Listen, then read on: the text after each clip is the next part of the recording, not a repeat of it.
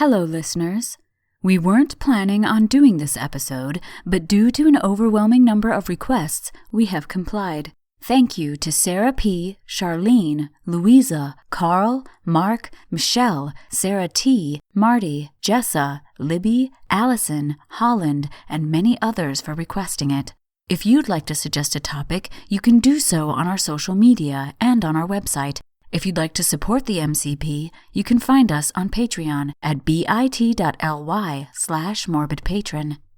This episode contains discussions of death by disease. We do not intend to cause fear, only inform about a pandemic of the past. While there are some similarities between the 1918 influenza pandemic and the current coronavirus pandemic, influenza and coronavirus are not the same, and neither are the contexts in which these two pandemics occurred. Still, if this isn't something you want to hear about, this may be a good episode to skip.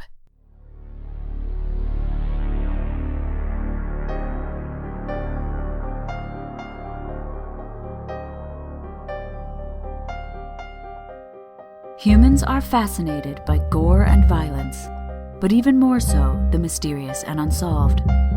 Interest in these disturbing and unpleasant subjects is called morbid curiosity, and it has gripped hundreds of people throughout the ages.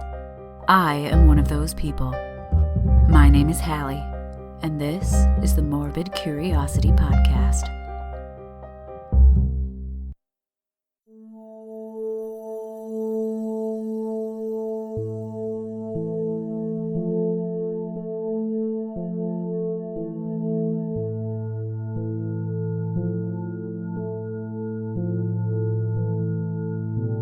Here on the MCP, we've done several episodes on pandemics in the last few months, all on major bubonic plague pandemics, which occurred in the 6th century, the 14th century, and the 19th century CE. Because of the current outbreak of coronavirus, interest in pandemics is high, so by request, we're going to talk about another one. Lately in the media, many comparisons have been made between our current global situation and the first modern pandemic of influenza. This pandemic, sometimes referred to as the Spanish flu, occurred between January 1918 and December of 1920, just as the dust was beginning to settle from another worldwide crisis. World War I had been raging since July 28, 1914. It began as violence between several Balkan states and ballooned into a world war between the Allied powers of France, Britain, Russia, and all of their allies, and the Central powers of Germany, Austria-Hungary, and their allies. The United States joined the war in 1917 on the side of the Allied powers. On November 11, 1918, an armistice or truce was called, putting an end to the fighting. After months of negotiations, the war was officially ended with the signing of the Treaty of Versailles on July 28, 1919. An estimated 9 million military and 7 million civilian deaths occurred as a direct result of World War I. Genocide of Armenians, Assyrians, and Greeks by the Ottoman Empire during the war caused around 1.5 to 2.5 million deaths. A total count of all World War I deaths comes to around 18 million. Besides the violence, something else began to creep into military camps and cities, killing soldiers and civilians alike. The outbreak of influenza caused chaos and disruption on both sides of the war. Normal operations were interrupted by lack of supplies and soldiers. However, the full impact of the pandemic was only felt once the gunfire stopped. Between 50 million and 100 million people died of influenza during the 1918 influenza pandemic. This estimated mortality rate has such a large range because there was no way to confirm at the time that the pathogen affecting the victims was influenza, as the virus responsible hadn't yet been discovered. Therefore, much of the statistics I'll relate in this episode are historians and scientific researchers' best estimates. Much of the data historians do have about this pandemic comes from Europe and North America, which creates bias and distorts the global statistics, making it seem as if most of the deaths occurred there, but that's not the case. While there were around 3.4 million deaths in Europe and North America, there were far more elsewhere. Between 12 and 17 million people perished in British-controlled India. That's around 5% of the entire population. 1.5 million deaths were reported in Indonesia. Between 902,400 and 2,431,000 were reported for Iran, and 390,000 in Japan. 100,000 were reported in Ghana. In New Zealand, 9,000 people perished, with the indigenous Maori population feeling the brunt of that mortality. First Nation tribes in the US and Canada also suffered a higher mortality, with several Inuit tribes being completely wiped out. Influenza was at the forefront of the American military's World War I experience. The United States joined the war in 1917, so for most of the fighting and after armistice, US soldiers were also fighting hard against influenza. According to Kathleen Fargi, a U.S. military historian, the third wave of the pandemic became their hardest-fought battle. Around 50,500 U.S. servicemen died of combat wounds or in battle, and 55,300 died overseas of influenza. Again, these numbers are all estimates.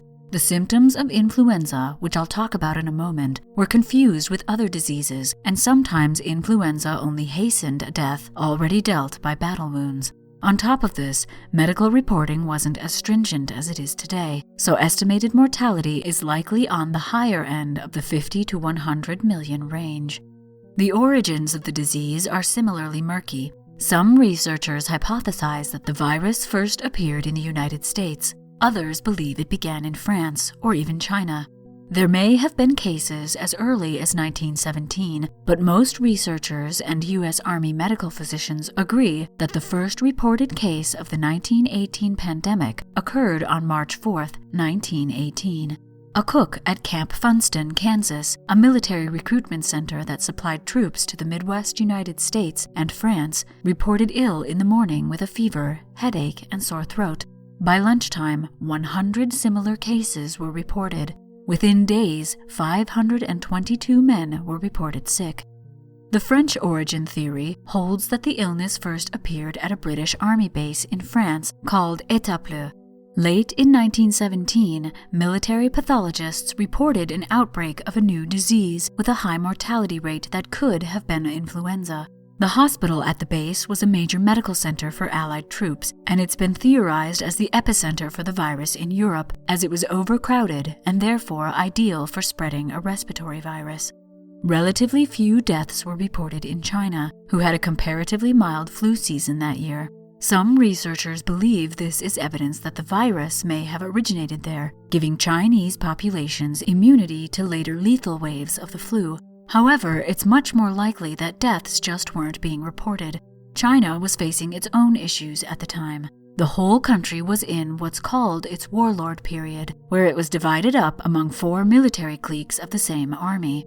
Because of this, there was no centralized health data collection system, and the number of influenza deaths may have been much higher than what was reported by English-speaking merchants and military stationed at Chinese port cities like Hong Kong.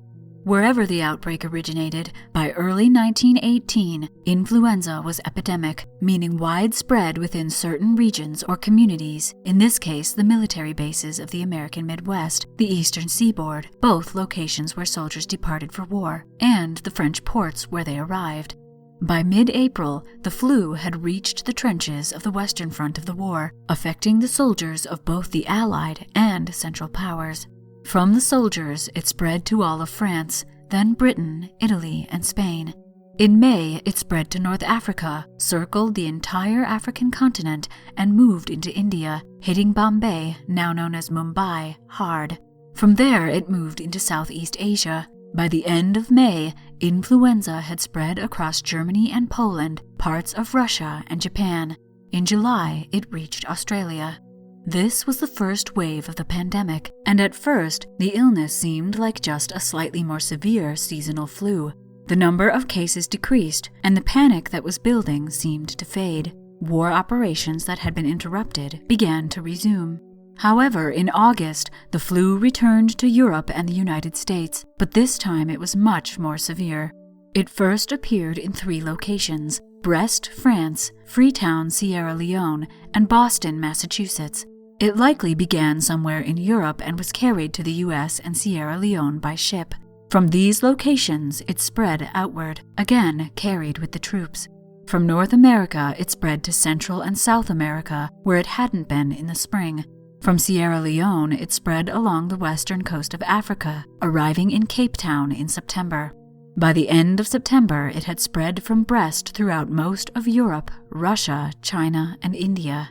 October of 1918 is reported as the deadliest month of the pandemic. It's thought that this more virulent or severe version of influenza began to spread widely because soldiers infected with this strain were taken off the front lines and moved into hospitals, causing further spread, while those who had milder cases stayed at their posts.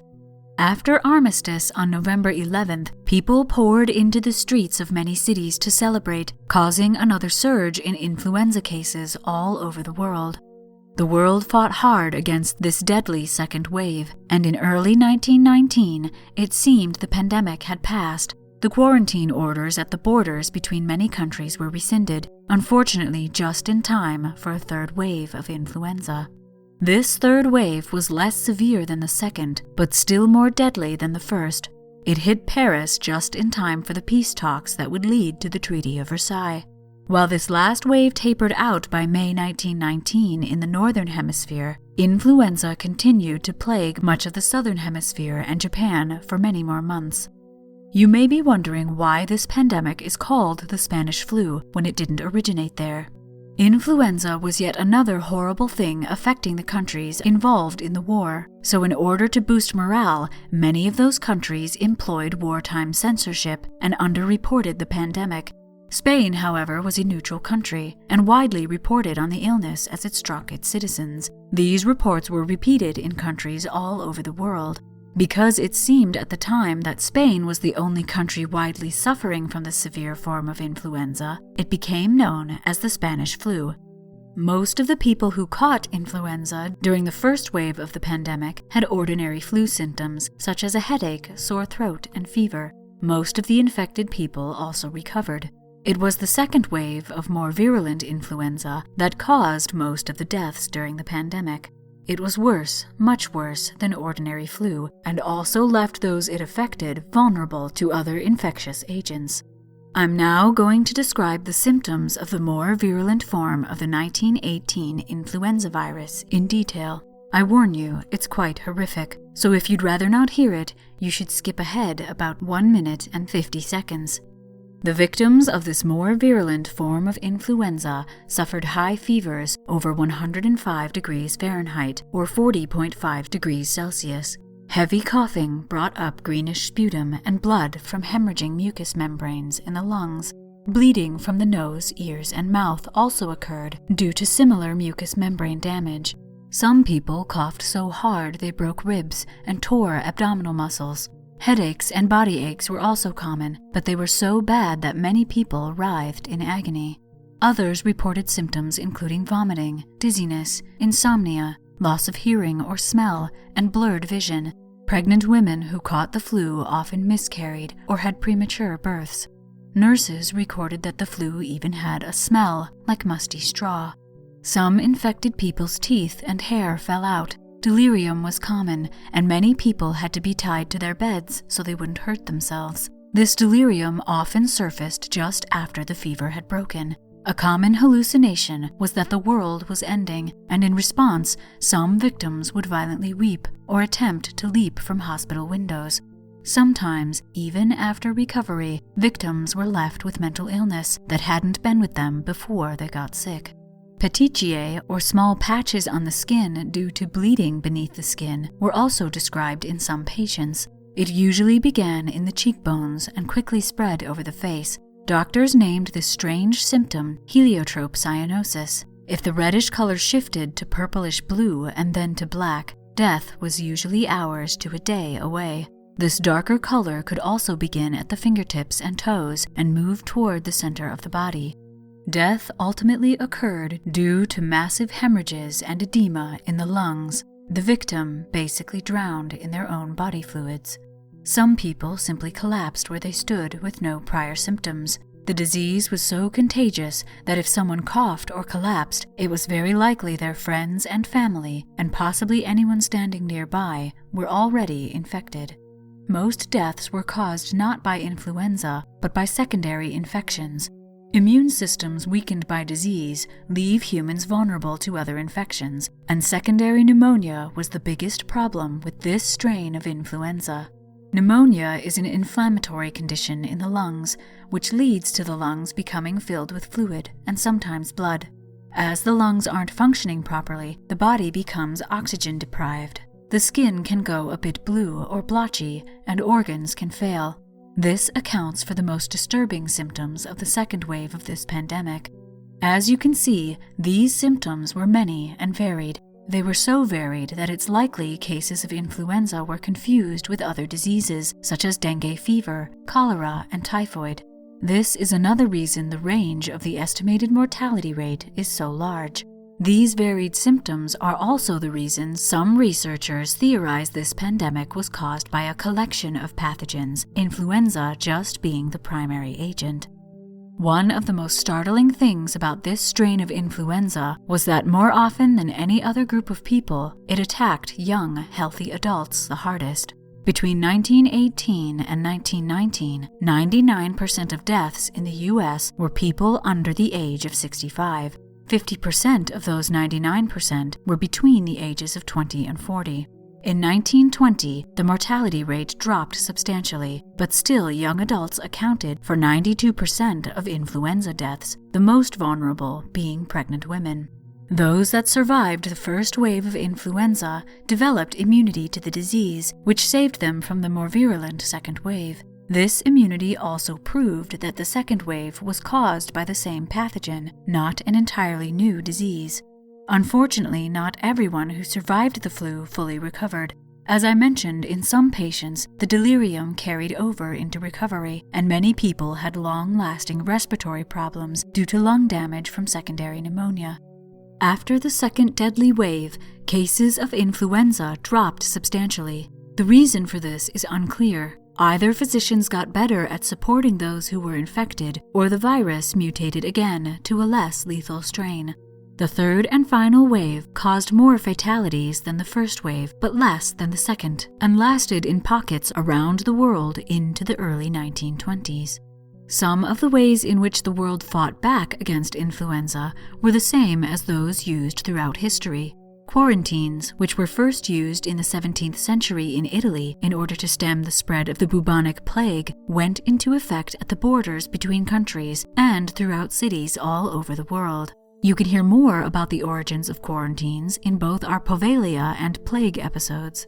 Even with the new science of bacteriology and epidemiology, which began in the 1850s with Robert Koch and Louis Pasteur, older methods proved more useful in 1918, as microscopes were not yet able to see viruses, which are much smaller than bacteria. While a microbial cause of influenza was sought, the technology just wasn't there yet, so focus shifted quickly to preventing the spread rather than finding the cause. Quarantines were effective in places that issued them, but the disease was so virulent that these measures weren't always effective, especially in military hospitals, where people came in and out by the thousands every day. Also, when military hospitals filled up, soldiers were moved to civilian hospitals, and the virus spread easily during transportation. There were no antibiotics or antivirals, so supportive care and isolation was all that could be offered. Pandemics are biological phenomena, but have massive social aspects. They cannot be separated from their historical, geographical, and cultural contexts, as daily life at its most basic level, is affected everywhere. During the 1918 influenza pandemic, stores closed, churches, theaters, restaurants, and shopping centers shut their doors. The price of bread was affected, as were the general public's ideas about germs. They now knew that they had the power to slow the spread of the pandemic by isolating and cleaning themselves and their homes. There was no such thing as health insurance, and training for doctors in the U.S. especially was far from rigorous or standardized. The healthcare workers that were available were in short supply, and soon so were gravediggers. Traditions such as funerals had to stop, with many places resorting to mass graves, dug with steam shovels and without coffins. Scenes similar to those during the Black Death occurred in large cities like Philadelphia, where horse-drawn carts went around the city collecting the dead. In some places, there was a rise in archaic religious rituals as people attempted to ward off the disease. Cases of influenza faded almost as quickly as they had appeared. Unlike the war, which was felt as a communal event, the 1918 influenza pandemic faded into history for a time, with only personal accounts of its effect cropping up in the literature. Despite the death toll, it hadn't lasted long, and the war had overshadowed the deaths it caused. It became known as the Forgotten Pandemic. The pandemic only became fully comprehended in the 1990s and 2000s thanks to a breadth of research inspired by more recent influenza outbreaks. The cause of the 1918 pandemic, Influenza A, was confirmed in 1997. Today, this pandemic is one of the more widely known and researched pandemics in recent history. But what strain of influenza caused the 1918 pandemic, and why was it so severe? I'm going to go into detail on the influenza virus itself and how it works, but first, let's pause for a word from our sponsors.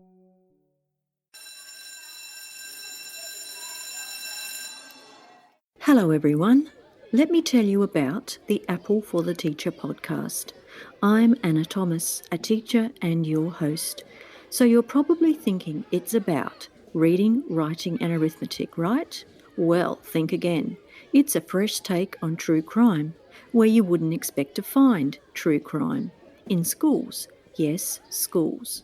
You will hear tragic stories about murder, abduction, school bus hijack, student disappearance, suicide, kidnap and ransom, a school camp tragedy, the list goes on. So if you're looking for something a little different in the true crime genre, then Apple for the Teacher is for you. So join me as I present the bad apples. But until then, remember to be a good apple.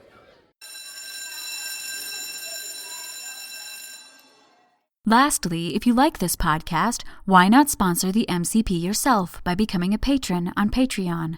Over 30,000 people download this podcast every month, but only around 90 people are supporting us on Patreon. For a mere $1 an episode, that's $2 a month, you can get ad-free episodes, bonus behind-the-scenes info, give your opinion by answering polls, help choose episodes, and get updates on past episodes. For $3 an episode, you get monthly outtake reels. For $5, you get a monthly quiz episode where I quiz my husband on past episodes. For $10, you get a detailed bibliography of all the resources I used while researching each topic. And for $20, you get a bit of miscellaneous morbidity, a short essay on a random morbid topic every month. Previously, we've reviewed horror video games, discussed the medicine of Westeros, and the plague pits of London. All of these rewards aside, your patronage supports the podcast and keeps new episodes coming. I can't keep doing this podcast without you, so go to bit.ly/morbidpatron, that's bit.ly/morbidpatron, to choose your rewards and support the MCP. You'll have my eternal gratitude. And now, back to the podcast.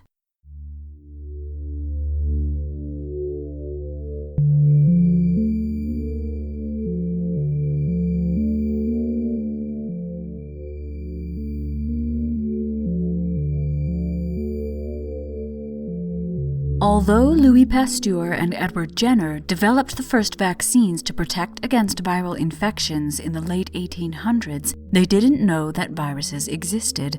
At the time, it was theorized that there were pathogens smaller than bacteria, but this wasn't confirmed until 1932, when the yellow fever virus was isolated thanks to the recent invention of the electron microscope.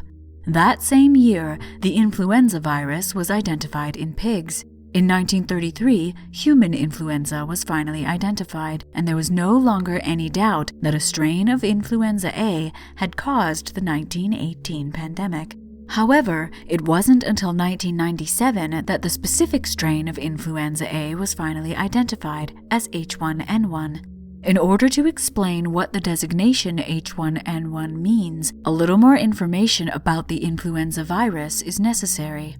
Influenza was not a new disease in 1918. The virus has ancient origins in several bird species. It came to humans with the domestication of animals between 8000 and 2500 BCE. The rise of sedentary farming brought people and animals together, and a new type of disease developed. Known as crowd diseases, these pathogens depended on humans being gathered to spread and thrive. One of these crowd pathogens was influenza.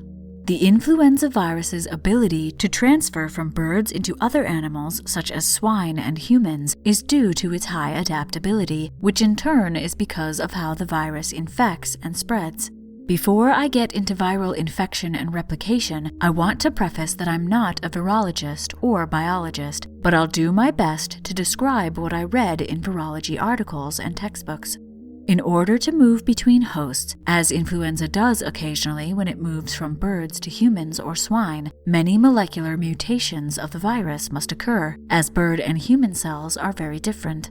The way the virus infects a host's cells is central to how it mutates.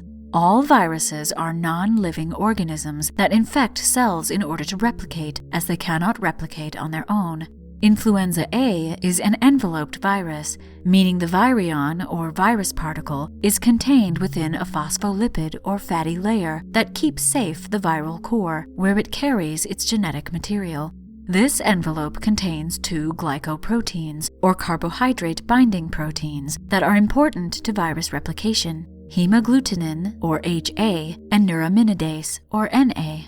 HA is a binding protein which helps the virion attach to the cell wall of the host cell it's invading. It also assists in pushing the viral genome into that cell. Once the viral genetic material is inside the host cell, it hijacks the host cell's DNA replication machinery to make copies of its own viral proteins and genome. These pieces are then assembled and packed within the host cell. NA is then involved in releasing the new copies or progeny of the virus from the host cell after they have been replicated. These new influenza viruses bud off from the host cell, taking with them pieces of the host cell's cell wall as their new envelope.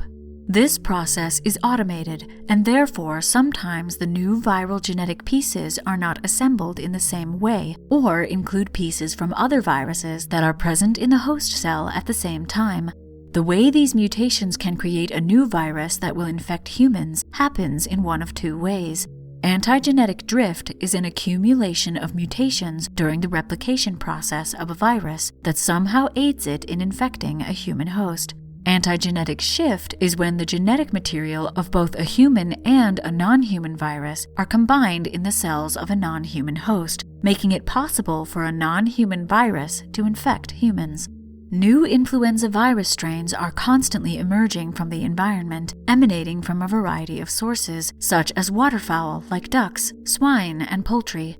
These constant mutations are also why the flu strains that affect humans are slightly different every year and require a yearly flu vaccine to assist in fighting off the virus.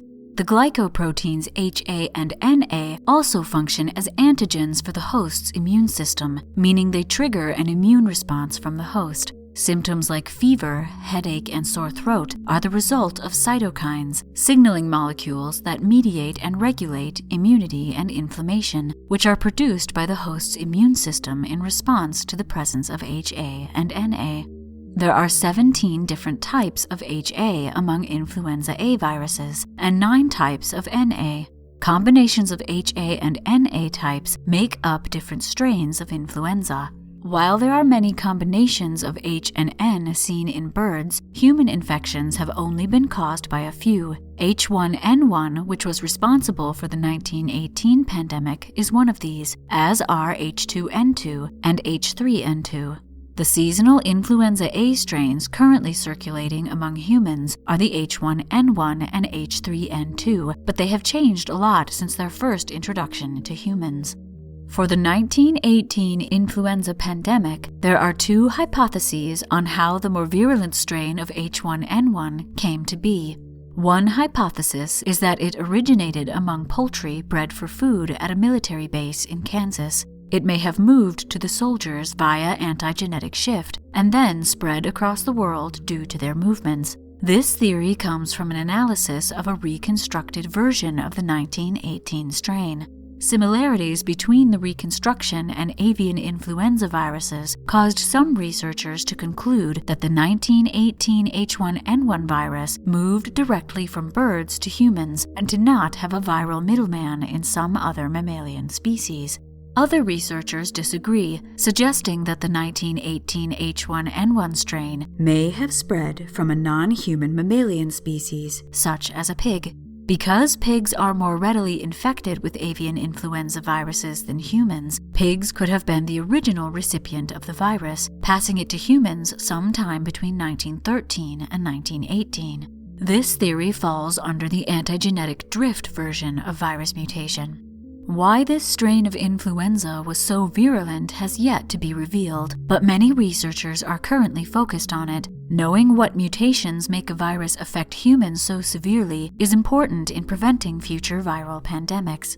Several theories have been put forth on why the virus may have affected humans so severely. One of these is that one or both of the glycoproteins HA and NA were in some way superactive. If this were so, they would infect more cells and replicate more influenza virus rapidly, making it extremely contagious and show rapid onset of symptoms in humans.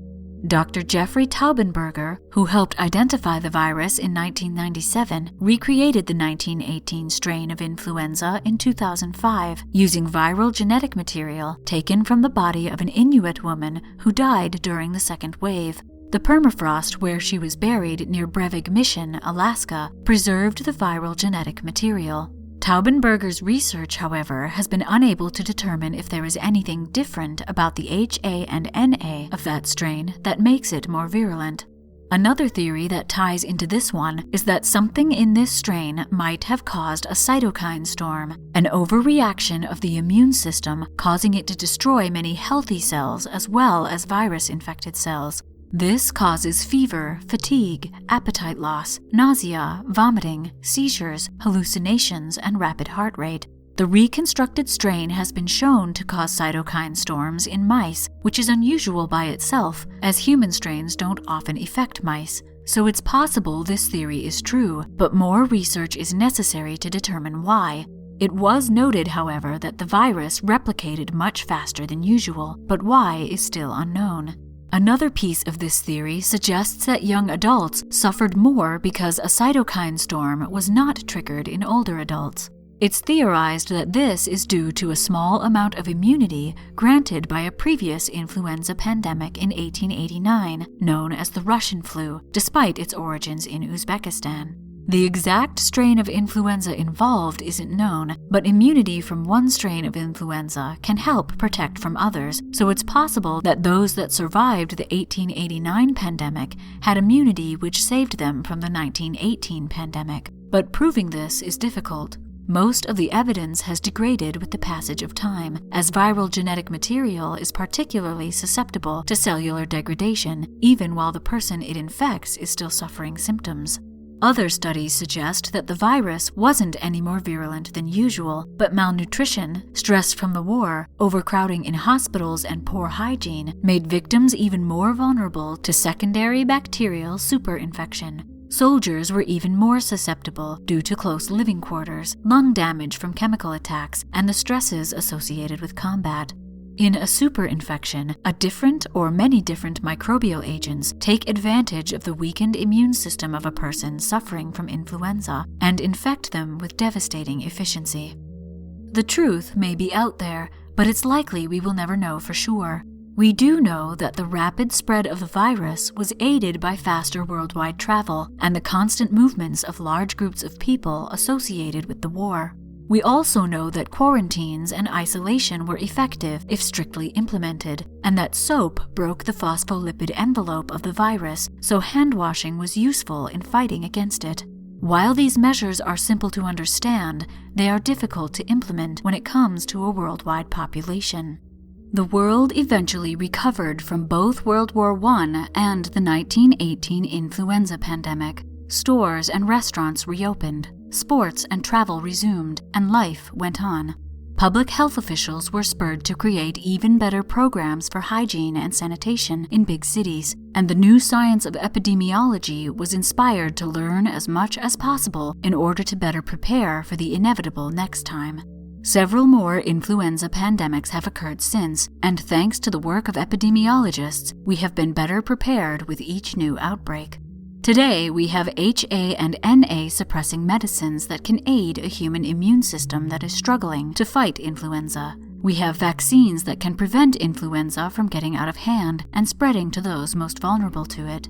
We also have a massive digital information system with which we can reach more people and educate them on why measures like isolation and hand washing are important. If you want to know more about the 1918 influenza pandemic, I highly recommend reading Laura Spinney's 2017 book Pale Rider, The Spanish Flu of 1918 and How It Changed the World. It's all around fantastic in the quality of information it provides and its readability. Next time, we'll discuss something other than a pandemic. Also, if you follow us on Facebook and Twitter, we'll be posting numerous virtual tours to keep you entertained during the isolation. Join us there, and between episodes, we'll keep up that spark of curiosity.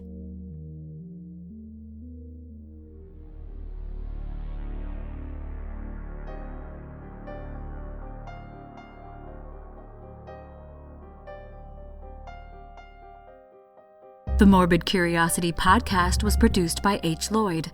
If you'd like to get in touch or suggest a morbid topic for me to talk about, you can tweet the show @MorbidPodcast or find us on Facebook and Instagram @Morbid Curiosity Podcast. If you like the show, please share us on social media. And please give us a rating on iTunes. Your shares and ratings help us reach new listeners and expand this wonderfully creepy community. Thank you to everyone who commented, suggested topics, shared MCP posts, liked or followed the MCP on Facebook, Twitter, and Instagram, and gave us ratings on iTunes. People like Mark, Thomas, Zeta, Maria Louise, Abby, Inga, Harmony, Tina, Allison, Mina, Rachel, Angie, The Purgatory Archaeological Survey, and Dungeons and Decorations, Kitten Needles, Miranda, Bree, I Should Be Asleep, Daisy B, and Alyssa B all have my eternal gratitude for becoming patrons. Thank you so much. Because of you, the listeners, our creepy community is growing, especially on Facebook, so head over there to engage with other listeners, discuss episodes and news articles, and share your own creepy stories and cute pet pictures. The MCP is part of a wider creepy community known as the Belfry Podcast Network. Check out the other shows on the Belfry Network at www.thebelfry.rip. As I said before, if you really like the MCP, please consider becoming a patron on Patreon. You can also give one-time donations by going to our website, www.morbidcuriositypodcast.com, and clicking the donate button. On our website, you can also find links to all our social media and sponsors, and other ways to contact us. If you'd rather contact us by mail, this address is also listed on the website. Another way to help the show is by going to our Amazon wish list at bit.ly/morbidwishlist. Any purchases from this list are greatly appreciated. We are eternally grateful for your support. My name is Hallie, and until next time, thanks for listening.